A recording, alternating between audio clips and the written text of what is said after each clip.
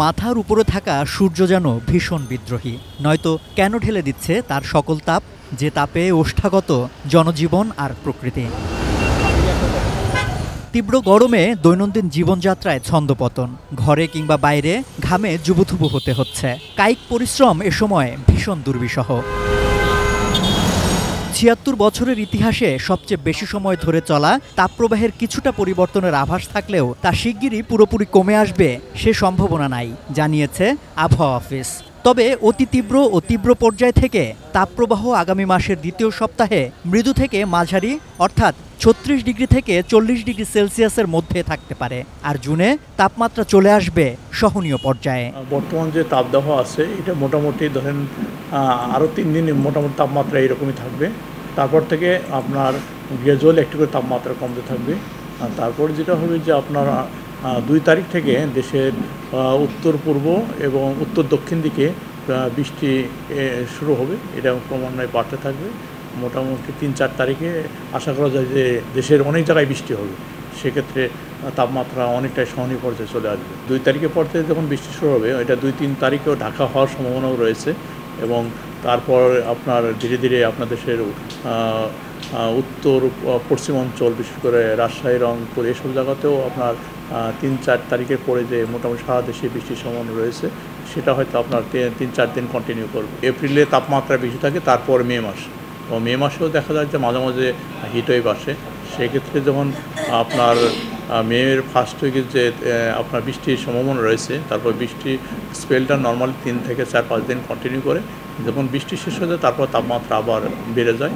সেক্ষেত্রে দেশের অনেক জায়গায় মৃদু থেকে মাঝারি এবং কোনো কোনো জায়গায় বিক্ষিপ্তভাবে আপনার সিভিয়ার তাপদাহ আসতে পারে। তবে যেটা হবে ওই সময় যেহেতু আপনার মে মাসে জলীয় বাষ্প পরিমাণ বেশি থাকে, অনেক সময় দেখা যাচ্ছে যে হিটওয়েভ না থাকলেও অনেক গরম অনুভূত হবে, কারণ বাতাসে যেহেতু পর্যাপ্ত জলীয় বাষ্প থাকবে। তবে যেটা হচ্ছে যেটা এপ্রিল মাসে যেটা হচ্ছে পুরা টানা হিটওয়েভ ছিল, হয়তো মে মাসে ওইরকম থাকবে না, হয়তো একটা স্পেল আসবে ৪-৫ দিন, তারপরে আবার বৃষ্টি হবে, এইভাবে চলতে থাকবে। বিশেষ করে ঢাকা শহরে এখানে আপনার যে পুকুর তারপরে যে খালগুলো ছিল এগুলো মোটামুটি অনেকটা ভরাট হয়ে গেছে। বেসিক্যালি হচ্ছে এগুলো আপনার লোকালাইজ তাপমাত্রা, বিশেষ করে যখন বিকেলবেলা তাপমাত্রা বেশি ওঠে, এটা সাময়িকভাবে যদি আপনার জলাধার থাকে, গাছ থাকে, তারপর নদী নালাগুলো যদি চলমান থাকে, সেক্ষেত্রে লোকালাইজ তাপমাত্রাকে অনেকে প্রশমিত করে। এখন দেখা যাচ্ছে যে তাপমাত্রা বেসিক্যালি দুপুর ৩টার পর থেকে বেশি থাকে, এটা সন্ধ্যা ৬টা-৭টা পর্যন্ত কন্টিনিউ করে। যেহেতু আপনার লোকালাইজ কোনো এটাকে রিমিডি করতে পারে না, অত হ্রাস করতে পারে না, সেক্ষেত্রে এই জন্য আমাদের গরমের যে অস্থিরতা এটা অনেকটা বেড়ে যায়। কারণ হচ্ছে যে হিটটা আপনার যেহেতু এটা কনক্রিট, এটা ৩টার পর থেকে এই সারফেস তো হিটকে রিলিজ করে এবং দেখা যাচ্ছে ওই সময় দ্রুত তাপমাত্রা বেড়ে যায়। যদি বেশি গাছ থাকতো বা আপনার পুকুর টুকুর থাকতো, সেগুলো সাময়িকভাবে এটা অনেকটা তাপমাত্রাকে প্রশমিত করে। এ পরিস্থিতিতে নগর জীবনে কিছুটা স্বস্তি দিতে নানা পদক্ষেপ নিচ্ছে নগর কর্তৃপক্ষ। ঢাকা উত্তর সিটি কর্পোরেশনের মেয়র যেমন জানিয়েছেন, স্প্রে ক্যাননে প্রতিদিন প্রায় ৪ লাখ লিটার পানি ছেটানোর পাশাপাশি সবগুলো ওয়ার্ডে থাকবে বিশুদ্ধ পানির ভ্রাম্যমাণ ভ্যান। চিফ হিট অফিসার কিছু তার সাজেশন দিয়েছে আমাদেরকে। সাজেশনের মধ্যে আছে মিস্ট, আর্টিফিশিয়াল মিস্ট তৈরি করা, কৃত্রিম বৃষ্টি তৈরি করা। সেই কৃত্রিম বৃষ্টির জন্য আমরা আমাদের যে দুটো গাড়ি আছে, সেই দুটো গাড়ি আগে আনা হয়েছিল রাস্তায় পানি দেওয়ার জন্য এবং পরিষ্কার করার জন্য, কিন্তু কৃত্রিম বৃষ্টি যে ছিটাবে সেটি আগে আমরা সেই প্ল্যানটা করি নাই। সেটি আমরা গত ৩-৪ দিন ধরে ট্রায়াল শুরু করেছিলাম। আজকের থেকে দুটো গাড়িতে প্রায় ৪ লক্ষ লিটার পানি আমরা ছিটাবো। আমাদের গাড়িগুলা ১১টা থেকে বিকাল ৪টা পর্যন্ত বিভিন্ন জায়গায় যাবে। এই গাড়িগুলো কিন্তু অলিতে গলিতে যেতে পারবে না, এগুলো থাকবে হলো মেন রোডে থাকবে। আর অলিতে গলিতে যাওয়ার জন্য আমরা ব্রাউজার, অর্থাৎ রাস্তাটাকে আমরা ঠান্ডা করার জন্য সেই 10টা ব্রাউজার আমরা নামিয়েছি আমরা আজকের থেকে। তাহলে 10টা ব্রাউজার আর দুটো হলো কৃত্রিম বৃষ্টির জন্য যেটাকে ক্যানন স্প্রে বলা হয়। এছাড়াও আমরা প্ল্যান করে ফেলেছি যে আমাদের বিভিন্ন পার্কগুলোতে আমরা এই ধরনের কৃত্রিম বৃষ্টির জন্য অলরেডি মেকানিক্যাল ডিপার্টমেন্টকে বলেছি সবগুলা পার্কেও এই কৃত্রিম বৃষ্টিটা তৈরি করার জন্য এটির কাজ চলছে। আমরা আশা করি আগামী 7 দিনের মধ্যে পার্কগুলোতেও আমরা কৃত্রিম বৃষ্টিটা তৈরি করতে পারবো। এছাড়া আমাদের 54টি ওয়ার্ডে প্রত্যেকটি ওয়ার্ডে 3টি করে পানি খাওয়ার ভ্যান থাকবে, বিশুদ্ধ পানির থাকবে, যেটি প্রত্যেকটি ওয়ার্ডে ওয়ার্ডে তারা ঘুরবে, মোবাইল থাকবে তারা। এই ছোটো ছোটো ভ্যান করেছি এই জন্যই, আমাদের ছোট অলিতে গলিতে আমাদের বড় গাড়ি যেতে পারবে না, এজন্য এই ভ্যানের মাধ্যমে এই কাজটা করেছি আমরা। এগুলোও কিন্তু আমাদের চিফ হিট অফিসার যে সাজেশনগুলো দিয়েছে এগুলো কাজগুলো আমরা করছি।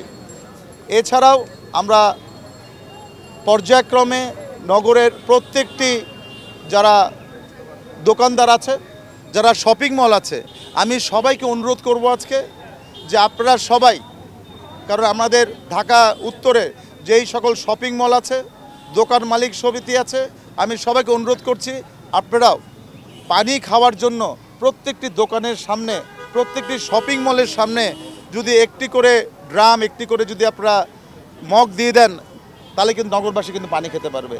যার ইচ্ছা সে মগে খাবে, যার ইচ্ছা সে আবার হাতেও কিন্তু খেতে পারবে। আমি অনুরোধ করব সবাই যেন এই গরমের মধ্যে যে ছোটো যেন কন্টেনার রাখে পানি খাবার জন্য। এটি কিন্তু আমাদের সিওচও যেরকম পরামর্শ দিয়েছে চিফ হিট অফিসার, ডাক্তাররাও কিন্তু একই কথা বলছে, আমাদেরকে ঘন ঘন পানি খেতে হবে। আমি অনুরোধ করব নগরবাসীকে যে আমরা যে গাছ লাগাচ্ছি, গত বছর আমি 80,000 গাছ লাগিয়েছি, এই বছর লাগাচ্ছি 1,20,000 গাছ। এই গাছগুলোকে লালন পালন করার জন্য আমি নগরবাসীকে অনুরোধ করব। আমাদের সিটি কর্পোরেশন দেখছে, তারপরে যার যার বাসার সামনে যদি গাছগুলো থাকে, এগুলো যদি আমরা নিজেরা যদি লালন পালন করি, তাহলে কিন্তু শহরটা কিন্তু বনায়ন হয়ে যায়। আমি অনুরোধ করব সবাইকে যে যার যার নির্দিষ্ট এলাকা যেগুলো আছে বাসা বাড়িতে, এই এডিস মশার আবার সিজন শুরু হচ্ছে, যার যার বাসা বাড়ি যেন আমরা পরিষ্কার করে ফেলি। তাহলে গাছ যদি আমরা নিজেরা দেখি, এডিস মশার জন্য যদি পুরো বাড়িটা পরিষ্কার করে ফেলি, এবং অনুরূপভাবে আমরা যদি সবাইকে পানি দিই, তাহলে গাছ, পানি এবং এলাকা পরিষ্কার, তাহলে কিন্তু নগরটা কিন্তু সুন্দর হয়ে যাবে। আমি 3টা আহ্বান জানাবো যে আমাদের গাছ লাগাচ্ছি, আসুন যার যার বাড়ির সামনে যে গাছগুলো পড়বে, আমি নগরবাসীকে অনুরোধ করব আপনার গাছগুলো দেখেন। আমি সকলকে অনুরোধ করব, আমি ইতিমধ্যে যারা পানি দিচ্ছেন, জনগণকে পানি খাওয়াচ্ছেন, আমি সিটি কর্পোরেশনের পক্ষ থেকে এবং আমার ব্যক্তিগত পক্ষ থেকে সবাইকে ধন্যবাদ জানাতে চাই। সেই সাথে সাথে সবাইকে উদার্ত আহ্বান জানাবো যে সকলে মিলে, আমি দেখছি যে আমাদের আওয়ামী লীগ এবং আওয়ামী লীগের অঙ্গ সংগঠনরা পানি বিলাচ্ছেন, আমাদের মাননীয় সংসদ সদস্যরা পানি বিলাচ্ছেন, শরবত বিলাচ্ছেন। আমি সবাইকে অনুরোধ করব, আসুন এই হিট ওয়েভের মধ্যে আমাদের সকলকে বলবো, আমাদের সকল কাউন্সিলর বিলাচ্ছেন এবং সকল কাউন্সিলরকে বলবো এই ব্যাপারে আরও বেশি সচেতন হওয়ার জন্য। আজকে যদি যে জায়গায় দাঁড়িয়ে আছে আগারগাঁও, এটি কিন্তু একসময় কিন্তু নগরায়ণ হয় নাই, কিন্তু এটাই বাস্তবতা, পর্যায়ক্রমে নগরায়ণ হবে। কিন্তু নগরায়ণ হওয়ার সাথে সাথে আমাদেরকে গাছ গাছ গাছ লাগাতে হবে। এবং আমি অনুরোধ করব, যে কথা তুমি বললা, আমাদের যে জলাধার যেটা আছে, আমাদের লেক যেটা আছে, আমাদের খাল যেটা আছে, আমাদের নদী যেটা আছে, এটির জন্য কোনো রকমের যেন দখল না করি। তোমরা দেখেছো যে বসিলাতে লাউতলা খাল দখল, রামচন্দ্রপুর খাল দখল, বিল্ডিং উঠে যাচ্ছে। এই বিল্ডিং তারা কোন সাহসে করে, জলাধার কোন সাহসে তারা ভরে? আসুন এই গরমের মধ্যে আজকে নগরবাসী কষ্ট পাচ্ছে, আমি নগরবাসীকে উদার্ত আহ্বান জানাবো যে অবৈধভাবে কোনো জলাধার, কোনো খেলার মাঠ, কোনো লেক, কোনো খাল কেউ যেন দখল করতে না পারে, কারণ তার প্রকৃতিকে ধ্বংস করছে, প্রকৃতি তার প্রতিশোধ নিচ্ছে, প্রকৃতি ধ্বংস হয়ে যাচ্ছে, প্রকৃতি তার প্রতিশোধ নিচ্ছে। এটি সারা বিশ্বে কিন্তু দেখা যাচ্ছে এই অবস্থা, শুধু ঢাকা শহরের মধ্যে না, সারা বিশ্বে আমাদের যে আমরা যে গ্রাফ দেখতে পাচ্ছি, সারা বিশ্বে কিন্তু একই অবস্থা। সুতরাং আমি মনে করি আমাদের আগামী ভবিষ্যৎ প্রজন্মকে একটি সুন্দর দেশ, একটি সুন্দর শহর দেওয়ার জন্য গাছ লাগানো, প্রকৃতিকে যেন আমরা ধ্বংস না করি। এবং আমি বিত্তবানদেরকে বলবো এবং সকলকে বলবো, এগিয়ে আসুন, আমরা জন্য পানির বন্দোবস্ত করি। হ্যাঁ, আমি দেখছি কদিন যাবৎ আমাদের চিফ হিট অফিসারকে নিয়ে অনেকে বলছে সিটি কর্পোরেশন থেকে বেতন পাওয়া যাচ্ছে। হিট অফিসার কিন্তু একজন, হিট অফিসার কিন্তু আমাদের সাজেশন দিবে, কাজ কিন্তু করতে হবে আমাদের সকলকে। হিট অফিসার কোনো কাজ করবে না। আর বলে রাখা ভালো, হিট অফিসার নিয়োগ পেয়েছে এটি যুক্তরাষ্ট্র ভিত্তিক কোম্পানি অ্যাশ রকারফেলার ফাউন্ডেশন। সারা ওয়ার্ল্ডে তারা 7 জন চিফ হিট অফিসার তারা নিয়োগ করেছে এবং চিফ হিট অফিসার তারা আমাদেরকে সাজেশন দিবে। চিফ হিট অফিসার কিন্তু কোনোদিন কাজ করবে না, সে সিটি কর্পোরেশন থেকে একটি টাকাও সে পায় না, আমি আগেও বলেছি সিটি কর্পোরেশনে তার কোনো বসারও বন্দোবস্ত নাই, তার কোনো চেয়ারও কিন্তু নাই। এটি সম্পূর্ণ যে ইন্টারন্যাশনাল যে মাল্টিন্যাশনাল কোম্পানি যারা আছে তারা শুধু আমাদের বাংলাদেশে না, তারা বিশ্বের 60টি দেশে সকল মহিলা তারা নিয়োগ করেছে।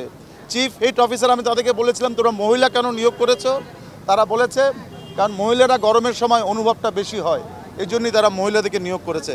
এদিকে তাপদাহ থেকে জাগতিক প্রাণ রক্ষায় বৃষ্টির জন্য আল্লাহর দরবারে নিজেদের সমর্পণ করে সালাতুল ইস্তিসকা বা বৃষ্টির প্রার্থনায় নামাজ আদায় হয়েছে বিভিন্ন স্থানে, যেখানে মুমিন বান্দারা জমায়েত হয়ে সালাত আদায় শেষে দুহাত তুলে রহমতের বৃষ্টির আরজি জানিয়েছেন। মেন উদ্যোগ তো আমাদের রহমতের বৃষ্টি, যাতে আমরা আল্লাহর রহমত থেকে বঞ্চিত না হই। আমরা আল্লাহর কাছে ক্ষমা চাচ্ছি, আল্লাহ যাতে আমাদেরকে ক্ষমা করে বৃষ্টি দান করে, রহমত করে। আল্লাহ যাতে রহমতের বৃষ্টি এবং রহমতের হাওয়া আমাদেরকে দান করেন, মূলত এইটাই ছিল আমাদের আজকের নামাজের উদ্দেশ্য। আজকে আমাদের যে হালত, যে অবস্থা, এটা আমাদের গুনার ফসল, আমরা গুনাহ করতেছি ব্যভিচারে, তাই আজকে আল্লাহ আমাদের উপরে অসন্তুষ্ট।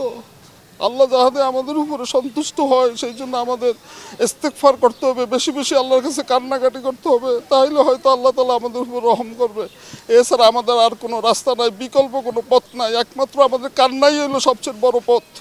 আমরা যদি আল্লাহকে রাজি খুশি করাইতে পারি তাহলেই আল্লাহ দুনিয়ার মধ্যে আসান দিবে এবং মুসলমানকে হেফাজত করবে। আজকে আমরা মুসলমান বিপদগামী, আজকে আমরা পশ্চিমাদের কালচার গ্রহণ করি, আমাদের পার্শ্ববর্তী দেশের কালচার আজকে আমাদের এই বাংলাদেশে ছাইয়া গেছে, যার জন্য আজকে আমরা অভিভাবকরা ঠিক নাই, আমরা মুরব্বীরা কিছু বলতে পারতেছি না।